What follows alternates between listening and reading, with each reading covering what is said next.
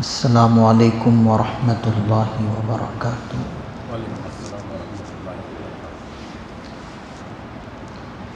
بسم اللہ الرحمن الرحیم۔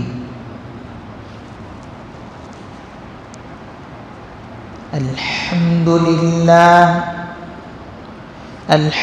للہ نحمده ونستعینه ونستغفره ونؤمن به ونتوکل علیہ ونعوذ باللہ من شرور انفسنا ومن سیئات اعمالنا من يهده الله فلا مضل له ومن يضلله فلا هادي له ونشهد ان لا اله الا الله وحده لا شريك له ونشهد ان سيدنا وسندنا ونبينا ومولانا محمدا عبده ورسوله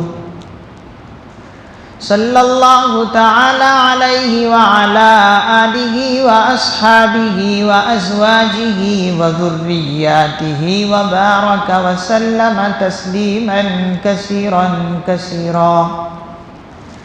اما بعد فاعوذ باللہ من الشیطان الرجیم۔ بسم اللہ الرحمن الرحیم۔ ومن يبتغ غير الإسلام دينا فلن يقبل منه وهو في الآخرة من الخاسرين۔ وقال النبي صلى الله عليه وسلم الطيرة شرك الطيرة شرك الطيرة شرك أو كما قال عليه الصلاة والسلام۔ رب اشرح لي صدري ويسر لي أمري واحلل عقدة من لساني يفقهوا قولي۔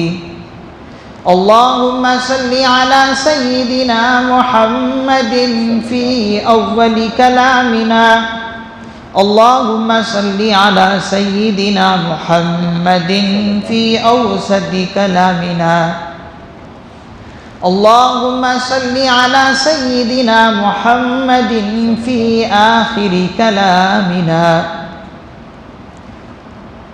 آپ سبھی حضرات بھی ایک مرتبہ محبت کے ساتھ، ادب کے ساتھ، احترام اور عظمت کے ساتھ دل کی گہرائی سے درود پاک پڑھیں۔ اللہم صل علی محمد النبی الامی وعلی آلہ وسلم تسلیما۔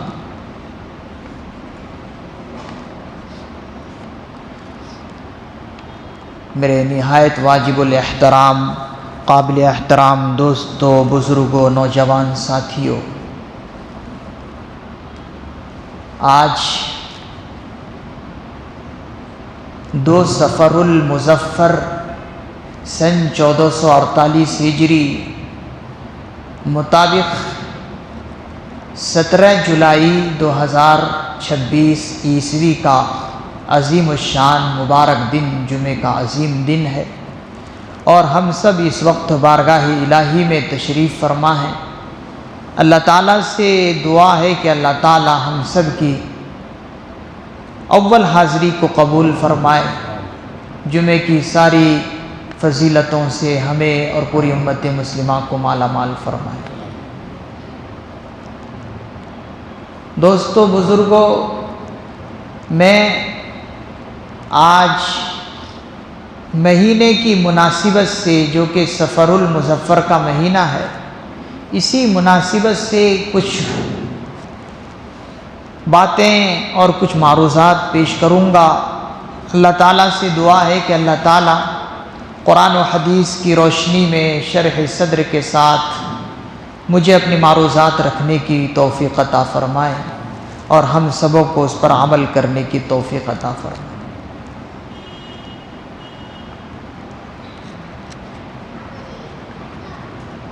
حضرات علماء کرام نے لکھا ہے کہ اسلام کی بنیادی چیزوں میں سے 2 اہم چیزیں ہیں۔ ایک ہے صحیح عمل اور ایک ہے صحیح عقیدہ۔ کیا ہے؟ اگر انسان اپنی اللہ کے یہاں مغفرت چاہے اور کامیابی چاہتا ہے تو اس کے لیے دو چیزیں بہت امپورٹنٹ ہیں.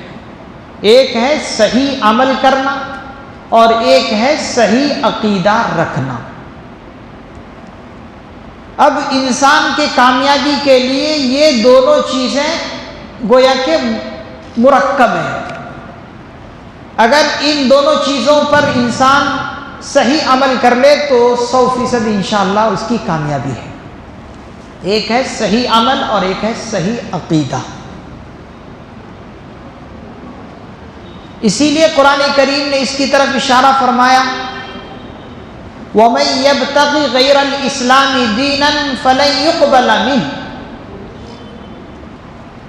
آل عمران میں اللہ جل جلالہ ارشاد فرماتا ہے وَمَن يَبْتَغِ غَيْرَ الْإِسْلَامِ، کہ جو شخص اسلام کے علاوہ کوئی اور مذہب اختیار کرے، وَمَن يَبْتَغِ غَيْرَ الْإِسْلَامِ دِينًا، اگر کوئی شخص کامیابی چاہتا ہے تو اللہ تعالیٰ ارشاد فرماتا ہے جو شخص اسلام کے علاوہ، دین اسلام کے علاوہ کوئی اور مذہب اختیار کرتا ہے فَلَن يُقْبَلَ مِنْهُ، تو اس سے ہرگز قبول نہیں کیا جائے گا. فَلَن يُقْبَلَ مِنْهُ وَهُوَ فِي الْآخِرَةِ مِنَ الْخَاسِرِينَ. صرف اتنا ہی نہیں کہ اس سے وہ مذہب ہرگز قبول نہیں کیا جائے گا، بلکہ وہ شخص آخرت میں گھاٹا اور نقصان اٹھانے والا. تو یہاں پر بھی اشارتاً سمجھ میں آیا کہ مذہب اسلام کا ماننے والا ہو اور مذہب اسلام کو ہی صحیح طور پر فالو کرنے والا ہو، قرآن اور احادیث میں جو تعلیمات دی گئی ہیں ان پر صحیح طور پر عمل کرنے والا ہو تو وہ کامیاب ہے، اس کے علاوہ کامیاب نہیں. اگر قرآن و حدیث سے کوئی کسی انسان کی ایک بات بھی مغایر اور مخالف ہو تو اسے قبول بھی نہیں کیا جائے گا اور اسے سمجھا جائے گا کہ جو قرآن و حدیث سے الگ کوئی کام کر رہا ہے یا کوئی عمل کر رہا ہے تو اسے شرک مانا جائے گا. تو صحیح عقیدہ اور صحیح عمل کا ہونا انسان کے لیے ضروری ہے اور کامیابی کی یہ نشانی ہے. اللہ تبارک و تعالیٰ نے انسان کی کامیابی اس بات پر رکھی ہے کہ انسان اللہ پر صحیح بھروسہ رکھے. کس پر؟ اللہ پر صحیح بھروسہ رکھے. اور اللہ پر جو انسان صحیح بھروسہ رکھتا ہے وہ کامیاب ہوتا ہے. اور اللہ پر بھروسہ کون صحیح رکھتے ہیں؟ وہ نیک لوگ اللہ پر بھروسہ رکھتے ہیں. جو بدکار لوگ ہیں وہ اللہ پر بھروسہ نہیں کرتے، وہ کسی اور چیز پر بھروسہ کرتے ہیں. تو کامیابی کے لیے ضروری ہے وَعَلَىٰ رَبِّهِمْ يَتَوَكَّلُونَ کہ وہ اپنے رب پر بھروسہ کرنے والا ہو. وَعَلَىٰ رَبِّهِمْ يَتَوَكَّلُونَ، وہ اللہ پر 100% بھروسہ کرنے والا ہو تو کامیابی کی یہ علامت ہے.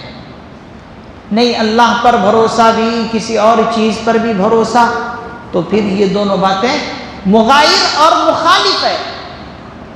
اور جب قرآن اور حدیث سے کوئی چیز مغایر اور مخالف ہو تو وہ صحیح عمل کرنے والا نہیں کہا جائے گا، بلکہ اسے کہا جائے گا کہ یہ شرک کرنے والا ہے، اسے شرک کرنے والا سمجھا جائے گا. اب یہ جو مہینہ چل رہا ہے سفر المظفر کا مہینہ، یہ اسلامی مہینوں میں دوسرا مہینہ ہے. کیا؟ دوسرا مہینہ ہے سفر المظفر. پہلا مہینہ اسلامی محرم الحرام، اس کے بعد نمبر آتا ہے سفر المظفر، اور اس سفر المظفر کا ایک دوسرا نام کیا ہے؟ سفر بالخیر۔ آپ نام سے بھی سمجھ سکتے ہیں کہ یہ مہینے جو ہے کامیابی کے مہینے ہیں۔ مظفر کے معنی آتے ہیں کیا؟ کامیابی۔ سفر بالخیر، خیر کے معنی کیا ہے؟ بھلائی۔ تو اسی لیے ان مہینوں کا ایسا نام رکھا گیا کہ لوگ ان ناموں کو سن کر بد فعلی نہ لے بلکہ نیک فعلی لے۔ عرب کے زمانے میں، زمانہ جاہلیت میں ان مہینوں کو منحوس سمجھا جاتا تھا۔ کیا سمجھا جاتا تھا؟ منحوس سمجھا جاتا تھا، اور اس مہینے کا لوگ انتظار کرتے تھے۔ 4 مہینوں کا وہ احترام کرتے تھے، ذی قعدہ، ذی الحجہ، محرم، رجب، ان 4 مہینوں کا وہ احترام کرتے تھے، اور ان مہینوں میں جنگ، جدال، مار دھاڑ نہیں کرتے تھے، احترام کرتے تھے۔ لیکن ان مہینوں کے گزرنے کا انتظار کرتے تھے کہ جیسے ہی یہ مہینے گزریں اور سفر کا مہینہ آ جائے یا کوئی اور مہینہ آ جائے تو پھر وہ پرانی عادتوں پر آ جاتے تھے، جنگ جدال کرنا، مار دھاڑ کرنا، رہزنی کرنا، قتل غارت گری کرنا۔ تو ایسے ہی محرم کا مہینہ نکل جاتا تو سفر کا مہینہ فوراً آتے تو مکے میں رہنے والے سارے لوگ اکثر و بیشتر کیا ہوتے تھے؟ گھروں سے باہر نکل جاتے تھے، گھروں میں نہیں رہا کرتے تھے۔ کیوں؟ کہتے تھے کہ یہ خالی والا مہینہ ہے۔ کیا؟ خالی والا مہینہ۔ اب کس سے خالی والا مہینہ؟ نعوذ باللہ، برکتوں سے، رحمتوں سے خالی والا مہینہ۔ تو گھروں سے نکل جاتے تھے۔ اب گھروں سے نکلنے کا مطلب ان کے یہاں یہ تھا کہ یہ خالی خیر اور بھلائی سے خالی والا مہینہ ہے، اس لیے نکل جاؤ، تو نکل جاتے تھے۔ اب وہاں سے ہی یہ سلسلہ چلا آ رہا ہے، یہاں تک کہ غیر مسلموں میں وہ سلسلہ داخل ہوا، اس مہینے کو منحوس سمجھنے لگے، اور اتنا ان کے اندر منحوسیت آ گئی، رچ بس گیا اس مہینے کے برکتوں سے خالی ہونے کی، تو اتنا رچا اور بسا ان کے ذہن میں کہ ان کے جو اڑوس پڑوس میں مسلمان رہتے تھے انہوں نے بھی کیا سمجھ لیا کہ یہ منحوس والا مہینہ ہے، رحمتوں اور برکتوں سے خالی مہینہ۔ تو یہ کیا ہوا؟ نادانی کی بات ہوئی نا بھائی۔ غیروں کے یہاں اگر یہ مہینہ منحوس ہے تو کیا آپ ان کی دیکھا دیکھی وہ جیسے سمجھ رہے ویسے ہی سمجھ کر آپ اس کو فالو کریں گے، یا قرآن و حدیث میں سے ٹٹو لیں گے کہ آیا یہ بات سچی ہے یا غلط؟ عقل مند کا کام تو یہی ہوتا ہے نا کہ چیزوں کو سرچ کرے، قرآن و حدیث میں دیکھے کہ جو چیز باہر پھیلی ہوئی ہے کیا وہ بات جو غلط پھیلی ہوئی ہے وہ صحیح ہے یا غلط، عقل مند کی نشانی ہوتی ہے۔ لیکن نادانی کی وجہ سے، میں اسے نادانی کہوں گا، کچھ لوگ جو اس مہینے کو منحوس سمجھتے ہیں اور بہت سارے خیر کے کام نہیں کرتے ہیں منحوس سمجھ کر، تو یہ ان کی نادانی ہے، انہیں قرآن و حدیث سے واقفیت نہیں ہے۔ کیونکہ ہم دیکھ رہے ہیں کہ موجودہ دور کے مسلمان قرآن و حدیث کی تعلیمات سے بہت ہی دور ہوتے چلے جا رہے ہیں۔ آپ بھی دیکھ رہے ہیں پورا معاشرہ مسلمانوں کا، اگر آپ دیکھیں گے الا ماشاء اللہ کچھ گھروں کو چھوڑ کر، تو دین سے بیزاری دیکھنے میں آ رہا ہے۔ کیا؟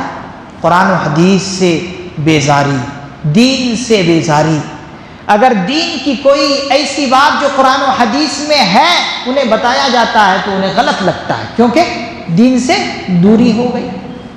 تو دین سے دوری ہونے کی وجہ سے لوگوں نے ایسی باتیں آگے چلتا کر دیا کہ ہماری نسلیں بھی انہی چیزوں کو فالو کر رہی ہیں۔ تو ہماری اور آپ کی یہ ذمہ داری بنتی ہے کہ جو قرآن و حدیث میں صحیح باتیں ہیں انہیں ہم آگے شیئر کریں، آگے بتائیں۔ آپ جب یہاں پر آئے ہیں تو صرف آپ اپنی حد تک صحیح عمل کرنے کی نیت سے نہیں آئے، بلکہ آپ یہ نیت لے کر آئے ہیں کہ میں دین کی بات کچھ سیکھوں گا تو میں اپنے بچوں کو بھی جا کر سکھاؤں گا، اپنے بیوی اور اپنے گھر والی کو سکھاؤں گا۔ یہ نیت سے اگر آپ آئے ہیں تو بہت ماشاءاللہ سبحان اللہ۔ اگر آپ صرف اپنی حد تک کہ میں سدھر جاؤں اس نیت سے آئے ہیں تو ایک چیز اور ملا یہ کہ نہیں، میں صرف سدھرنا ضروری نہیں ہے، میرے گھر والوں کا سدھرنا بھی ضروری ہے، اس لیے میری ذمہ داری کہ میں جو دین کی صحیح بات سیکھوں وہ گھر میں لے جا کر بتاؤں۔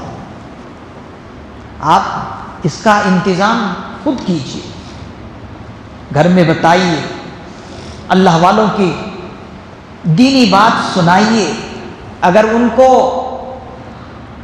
آپ کی باتوں پر یقین نہیں آتا تو آپ اللہ والوں کی کلپ کھولیے۔ آج اسلام سیکھنا بہت ایزی ہے، کوئی مشکل نہیں ہے۔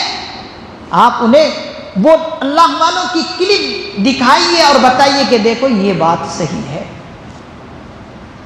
یہ میرا آپ سے سجیشن ہے کہ آپ ایسا کیجئے، نہیں تو کلکم راعٍ وکلکم مسئول عن رعیتی۔ گھر کا بڑا آدمی وہ اپنے گھر کا ذمہ دار ہے، وہ نگہبان ہے، کل ان سے پوچھا جائے گا۔ تو آج جو معاشرے کے اندر خصوصی طور پر اسلامی معاشروں میں جو کچھ غلط باتیں پھیلی ہوئی ہے ان کو دور کرنے کی ضرورت ہے۔ اب قرآن و حدیث کے اندر کیا ہے دیکھیے، اس مہینے کے تعلق سے حضور اقدس صلی اللہ علیہ وسلم کا مبارک قول سنیے۔ ابو داؤد شریف میں ہے، قال النبی صلی اللہ علیہ وسلم لا عدوى ولا طیرۃ ولا حامۃ ولا سفر، لا عدوى ولا طیرۃ ولا حامۃ ولا سفر، او کما قال النبی صلی اللہ علیہ وسلم۔ اللہ کے مقدس پیغمبر جناب محمد رسول اللہ صلی اللہ علیہ وسلم نے فرمایا لا عدوى، بیماری متعدی نہیں ہے، مرض ایک دوسرے کو لگ جائے یہ اسلام میں کوئی چیز نہیں۔ لا عدوى ولا طیرۃ، اور نہ کسی جانور کے اڑنے سے کوئی بدشگونی لینا جائز ہے، نہیں جائز۔ آج ہمارے گھر کی عورتوں میں یہ بات رچ بس گئی ہے، یا مردوں میں بھی وہ چیز داخل ہو گئی ہے کہ اگر جاتے ہوئے کوئی جانور داہنی جانب اڑتا ہے تو کہتا ہے کہ آج کا میرے سفر پر نکلنا ناکام ہوگا، اس لیے نہ کو آئندہ دن دیکھیں گے۔ یہ کیا ہے؟ ولا طیرۃ، کسی جانور کے داہنی جانب اڑنے سے بدفعلی لینا، بدشگونی لینا یہ اسلام میں کوئی چیز ہے نہیں۔ کون فرما رہا ہے؟ کوئی عالم نہیں، کوئی مفکر نہیں، کوئی ادیب نہیں، بلکہ پورے جہان کے محسن کائنات صلی اللہ علیہ وسلم فرما رہے ہیں ولا طیرۃ، جانوروں کے اڑنے سے بدشگونی لینا کوئی اچھی چیز نہیں۔ ولا حامۃ، اور نہ الو کے کسی کو دکھ جانے سے وہ دن اپنے لیے منحوس سمجھنا، یا کسی مکان پر بیٹھ جانے پر سمجھنا کہ یہ نحوست والا کام ہو گیا، یہ بھی کوئی چیز نہیں۔ ولا حامۃ ولا سفر۔ چلو حامۃ میں ایک اور چیز حضرات فقہاء کرام نے داخل کی ہے کہ یہ بات بھی عورتوں میں پھیلائی گئی ہے کہ اگر صبح سویرے یا دن کے کسی موقع پر اپنی دیوار میں کوئی کوا بیٹھ جائے اور کاؤں کاؤں کرنے لگے تو کیا سمجھتا ہے آدمی کہ آج ہمارے گھر میں کوئی مہمان آنے والا ہے، یا پھر کیا سمجھتا ہے آج ہمارے یہاں کسی کا نعوذ باللہ انتقال ہو گیا ہے۔ یہ چیزیں اتنی مشہور ہو گئی ہے کہ بس جیسے ہی یہ کام ہوتا ہے، کوئی دیوار پر کوا آ کر بول دیا، بس یہ تصور ہو گیا۔ چلو حضرات فقہاء کرام نے بتایا اگر ایسی چیزیں بہت زیادہ مشہور ہو جائے اور اتنا خیال ہمارے دل میں آنے لگے کہ شاید کہ ہو گیا ہے، تو فوراً اللہ کے پیغمبر صلی اللہ علیہ وسلم نے اس غلط خیال سے نکلنے کی دعا فرمائی کہ چلو اتنی بات یہ مشہور ہو گئی تھی کہ تمہارے خیال میں بھی آ گیا ہے، تو اے میری امت کے لوگوں، لو تمہیں اس سے نکلنے کی ایک دعا بتاتا ہوں۔ میں وہ تحفہ، وہ قیمتی دعا آپ کے سامنے رکھ رہا ہوں، آپ اسے یاد کر لیجیے گا۔ کہتے ہیں اگر حضرات فقہاء کرام نے فرمایا اگر خیال میں وہ چیز بار بار آپ کے دماغ میں بھی آ رہی ہے اور آپ اسی میں گھوم رہے ہیں کہ شاید کہ ہے، تو بتایا کہ فوراً آپ اس سے نکلو، دماغ سے نکال نہ لو، نہیں نکل رہا فوراً دعا پڑھو۔ دعا کیا ہے؟ حضرات علماء اکرام کا یہ احسان سمجھیے کہ انہوں نے دعا بتلائی، اللہم لا یأتی بالحسنات الا اللہ۔ کیا دعا؟ اللہم لا یأتی بالحسنات الا اللہ ولا یدفع السیئات الا اللہ ولا حول ولا قوت الا باللہ۔ یہ کروڑوں روپے کی دعا ہے جو میں بتا رہا ہوں۔ ایسی دعا کی کوئی قیمت نہیں ہے، آپ اسے سیکھیے، نہیں تو اگر آپ نے اسی دماغ میں بات کو گھماتے رہے پھراتے رہے تو آپ کا عقیدہ خراب ہونے کا اندیشہ ہے، ڈر ہے۔ تو فوراً کیا دعا پڑھنی چاہیے؟ اس بات کو دماغ سے نکالنے کے لیے کیا دعا پڑھنی چاہیے؟ یہ دعا، اللہم لا یأتی بالحسنات الا اللہ ولا یدفع السیئات الا اللہ ولا حول ولا قوت الا باللہ۔ ترجمہ دیکھیے، جو کوئی اسلام کے سوا، ترجمہ اللہ ہر قسم کی بھلائیوں کو لانے والا ہے، اللہم لا یأتی بالحسنات الا اللہ، اللہ ہر قسم کی بھلائیوں اور خیروں کو لانے والے ہیں، الا اللہ اسی لیے فرمایا، اور ہر قسم کی برائیوں کو دفع کرنے والے بھی کون ہیں؟ الا اللہ، اللہ، کوئی اور دفع کرنے والے نہیں ہیں برائیوں کو۔ کون دفع کرنے والے، دور کرنے والے؟ الا اللہ، اللہ، اللہ کے سوا کوئی برائیوں کو دور کرنے والے نہیں ہیں۔ ولا حول ولا قوت الا باللہ، نہ برائی سے بچنے کی کوئی طاقت ہے اور نہ نیکی کرنے کی کوئی طاقت ہے مگر اللہ کی مدد سے۔ کوئی نیکی کا کام کرتا ہے وہ اپنی طاقت سے نہیں، اپنا قدم اٹھاتا ہے لیکن اللہ کی مدد سے وہ نیکی کرتا ہے۔ کوئی برائی سے بچتا ہے تو برائی سے بچنے کا عمل اور قدم اٹھاتا ہے، لیکن بچانے والے کون ہیں؟ اللہ، اللہ کی مدد سے وہ بچتا ہے۔ تو فوراً آپ یہ دعا پڑھیے، انشاءاللہ وہ خیال جو آپ کے دل و دماغ میں آ رہا ہے، جو غلط خیال ہے، وہ دور ہو جائیں گے۔ یہ اللہ کے پیغمبر اور مقدس پیغمبر نے ہمیں یہ بات سکھائی ہے۔ اگر آپ ایسے ہی چھوڑ دیں گے تو پھر عقیدہ خراب ہونے کا اندیشہ ہے۔ جیسے کہ لوگ کہہ دیتے ہیں کہ اگر ہاتھ کی اوپری حصہ اگر کھجائے تو پیسہ آنے والا ہے، اگر آنکھ یہ بھڑکنے لگے تو سمجھ جاتا ہے کہ شاید کوئی حادثہ ہونے والا ہے۔ یہ سب غلط ہے نا، اسلام میں کوئی چیز ایسی ہے نہیں۔ بدشگونی کسی چیز سے آپ لیں، یہ اسلام میں ہے ہی نہیں۔ ہمیں اسلام نے یہ سکھایا کہ یہ سب چیزیں نہیں ہیں۔ تو حضور نے یہاں پہ بھی بتایا ولا سفر، کہ سفر کو منحوس سمجھنا یہ بھی کوئی اسلام میں ہے ہی نہیں۔ اسی لیے حضرات علماء کرام لکھتے ہیں کہ اگر یہ سفر کا مہینہ منحوس ہوتا تو پھر اللہ کے پیغمبر صلی اللہ علیہ وسلم اس ماہ سفر میں حضرت صفیہ رضی اللہ عنہا سے نکاح کیوں کیا؟ تاریخ میں لکھا ہے کہ حضرت صفیہ رضی اللہ عنہا سے نکاح سفر کے مہینے میں حضور نے فرمایا۔ زینب بنت خزیمہ رضی اللہ عنہا سے نکاح حضور نے سفر کے مہینے میں فرمایا۔ اگر منحوسیت اس مہینے میں کوئی چیز ہوتی تو پھر حضور کیوں کرتے؟ اب پھر جب نہیں ہے تو پھر ہم شادی بیاہ کو کیوں بند کرتے ہیں اس مہینے میں؟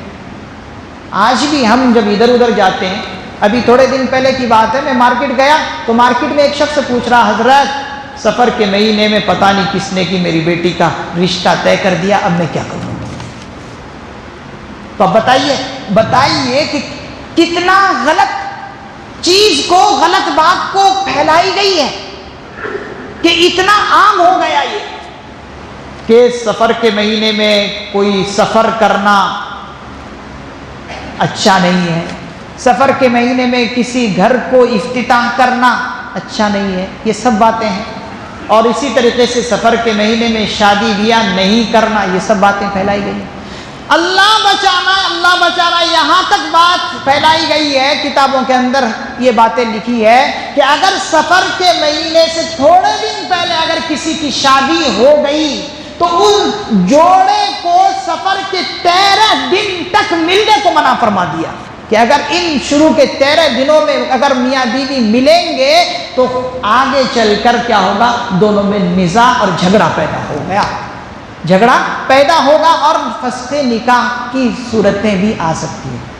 بتائیے کتنی غلط بات ہے۔ تو یہ چیزیں ایسی ہیں جس سے ہمیں نکلنے کی ضرورت ہے۔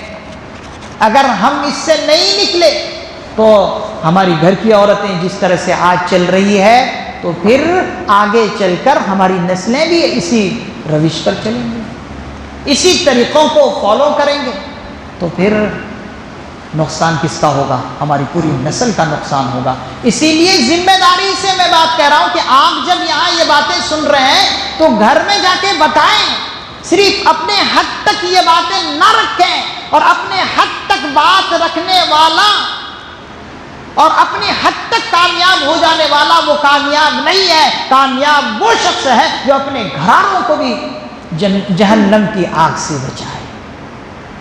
وقودها الناس والحجارہ، اسی لیے فرمایا کہ اپنے اہل و عیال کو بھی بچاؤ، خود بھی بچو۔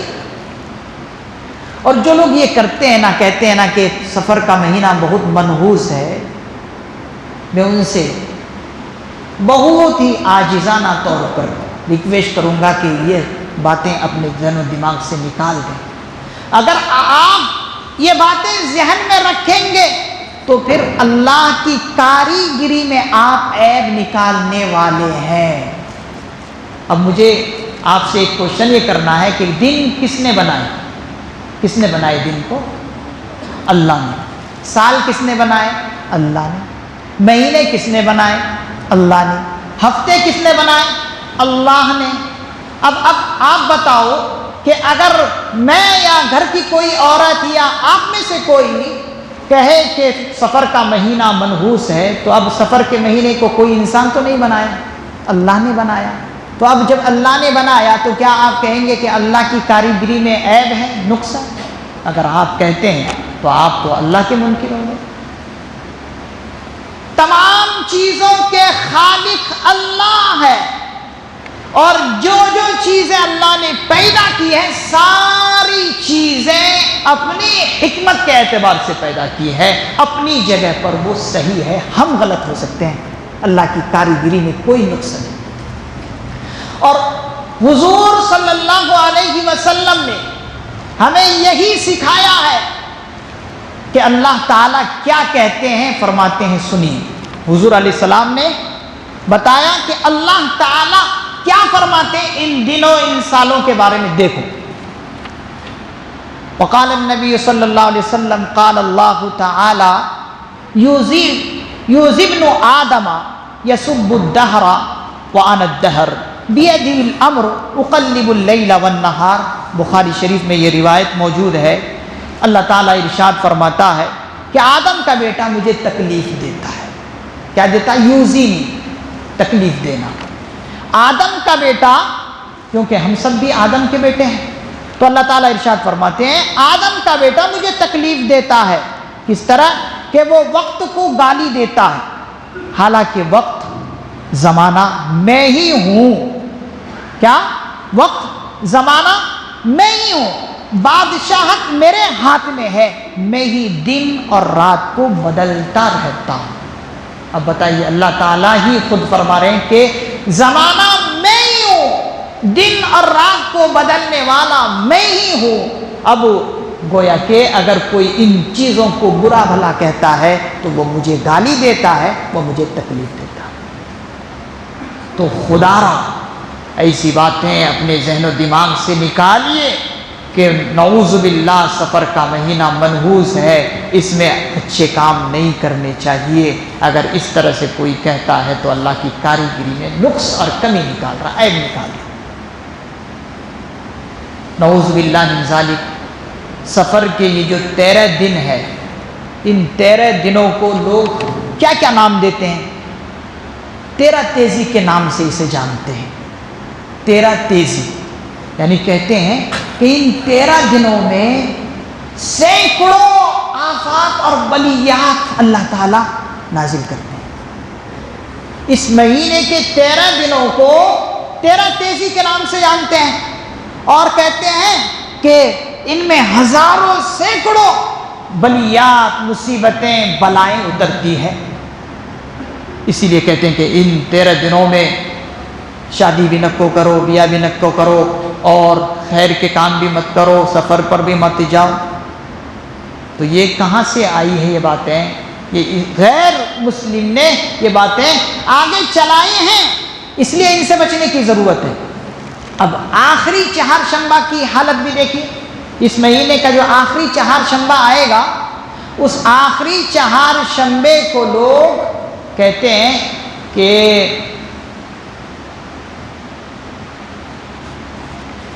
اس چہارشنبے سے لوگ تو پہلی یہ چیز کرتے ہیں کہ سیر و تفریح کے نکلتے ہیں. کس کے لیے؟ سیر و تفریح کرنے کے نکلتے ہیں اور خوشیاں مناتے ہیں. اس آخری چہارشنبے میں لوگ خوشیاں مناتے ہیں، سیر و تفریح کرتے ہیں. اور اللہ بچانا کہ کچھ گھروں میں تو ایسا بھی ہوتا ہے کہ صبح صبح اس آخری چہارشنبے میں چنے ابالتے ہیں اور چنے ابال کر باہر تقسیم کرتے ہیں. یہ کیا ہے؟ اسی لیے اللہ کے پیغمبر صلی اللہ علیہ وسلم نے فرمایا، ایسے دنوں سے اگر تم بدشگونی لیتے ہو تو سنو، الطیرۃ شرکن، الطیرۃ شرکن، الطیرۃ شرکن. حضور علیہ السلام نے فرمایا ان چیزوں سے بدفعلی لینا، بدشگونی لینا کیا ہے؟ شرک ہے، شرک ہے، شرک ہے. 3 مرتبہ حضور علیہ السلام نے فرمایا یہ جملہ. تو کیا شرک کو ہم نے بہت ایزی میں لے رکھا ہے؟ شرک ایزی میں نہیں لینے کی چیز ہے، بلکہ اس سے ڈرنے کی ضرورت ہے، اس سے بچنے کی ضرورت ہے. یہاں تک علماء کرام نے فرمایا اگر کوئی انسان کسی ایسے شخص کے پاس جاتا ہے اور وہ مشہور ہے کہ وہ غیب کی باتیں بتاتا ہے، اور وہ شخص سن کر اس کے پاس جاتا ہے اور جا کر جو وہ بات بتاتا ہے اس کو قبول کر لیتا ہے اور اس کی تصدیق کر دیتا ہے کہ ہاں تو نے صحیح کہا ہے، یہ سب چیز میرے ساتھ ہو رہا ہے، تو صحیح کہہ رہا ہے. کہہ رہے ہیں حضرات علماء اکرام نے فرمایا من ردت الطیرۃ من حاجہ فقد اشرک، کہ اگر ایسے شخص کے بعد جا کر ان کی باتیں قبول کر لے اور تصدیق کر لے، فقد اشرکا، گویا کہ اس نے شرک کیا. ہم کر رہے ہیں دھڑلے سے. لوگ جا کر ریلوے اسٹیشنوں میں، بس اسٹیشنوں میں جو ایسا انسان بیٹھا ہے کہ اس کی صورت دیکھے تو قیف آنے کو جی کرتا ہے، لیکن اس کے پاس جا کر فلاں ستارہ پوچھتے ہیں، اپنے بارے میں فلاں فلاں باتیں پوچھتے ہیں، مشینیں لے لے کر بیٹھے ہیں، فلاں فلاں جگہ پر جو ہے طوطا اور مینا لے کر بیٹھتے ہیں. یہ سب کام ہو رہا ہے. ان سے بچنے کی اشد ضرورت ہے، اور خود بھی بچنے کی ضرورت ہے، دوسروں کو بچانے کی بھی ضرورت ہے. آخری بات یہ ہے کہ نحوست کسی بھی چیز میں نہیں ہے، بلکہ خود انسان کے عمل میں ہے. انسان جیسا کرتا ویسا اس کے ساتھ ہوتا ہے. قرآن کریم نے تو اسی لیے ڈنکے کی چوٹ پر فرمایا چیلنج دے کر کہا ہے کہ کوئی کسی کے کرنے سے کچھ نہیں ہوتا، تم جو کچھ کرتے ہو اس کی تمہیں نحوست ملتی ہے۔ ما اصاب من مصیبت فی الارض، ما اصاب من مصیبت فی الارض ولا فی انفسکم الا فی کتاب اللہ، کہ جو کچھ بھی تم پر مصیبت پہنچتی ہے یا زمین پر کوئی بھی مصیبت اترتی ہے تو وہ سب سے پہلے اللہ کی کتاب میں، تقدیر میں وہ سب چیزیں لکھی ہوئی ہے۔ بغیر لکھ کر کوئی کام ہو جائے ایسا ہے ہی نہیں۔ تو یہ تمام باتیں جو میں نے بتائی ہے، آپ ان باتوں کو سمجھیں، خود بھی اس پر عمل کریں، دوسروں کو بھی اس پر عمل کرانے کی کوشش کریں۔ یہ ہے ہر مسلمان کی ذمہ داری، خصوصاً اپنے گھر والوں کو تو بچانے کی ضرورت ہے۔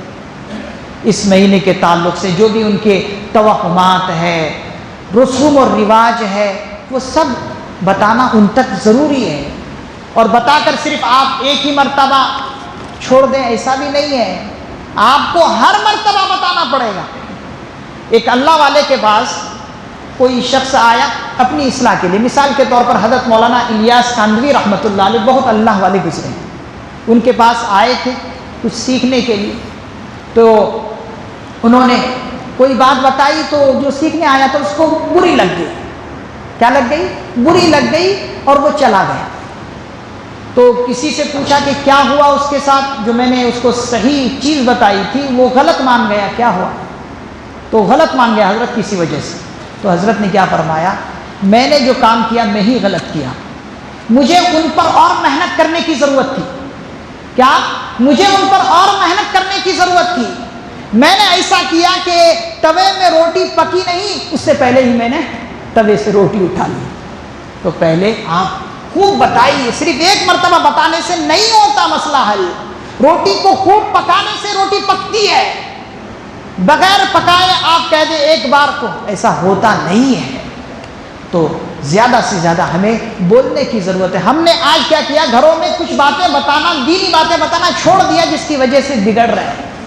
اللہ تعالیٰ سے دعا ہے، میں نے بہت ساری قیمتی باتیں رکھ دی ہے، اللہ تعالیٰ سے دعا ہے کہ اللہ تعالیٰ ان تمام باتوں پر عمل کرنے کی توفیق عطا فرمائے، ہر طرح کی بدعات اور خرافات اور رسم و رواج سے ہمیں بچنے کی توفیق عطا فرمائے، قرآن و حدیث پر عمل کرنے کی 100% اللہ توفیق عطا فرمائے۔ آمین۔ وآخر دعوانا الحمدللہ رب العالمین۔ سنتوں سے فارغ۔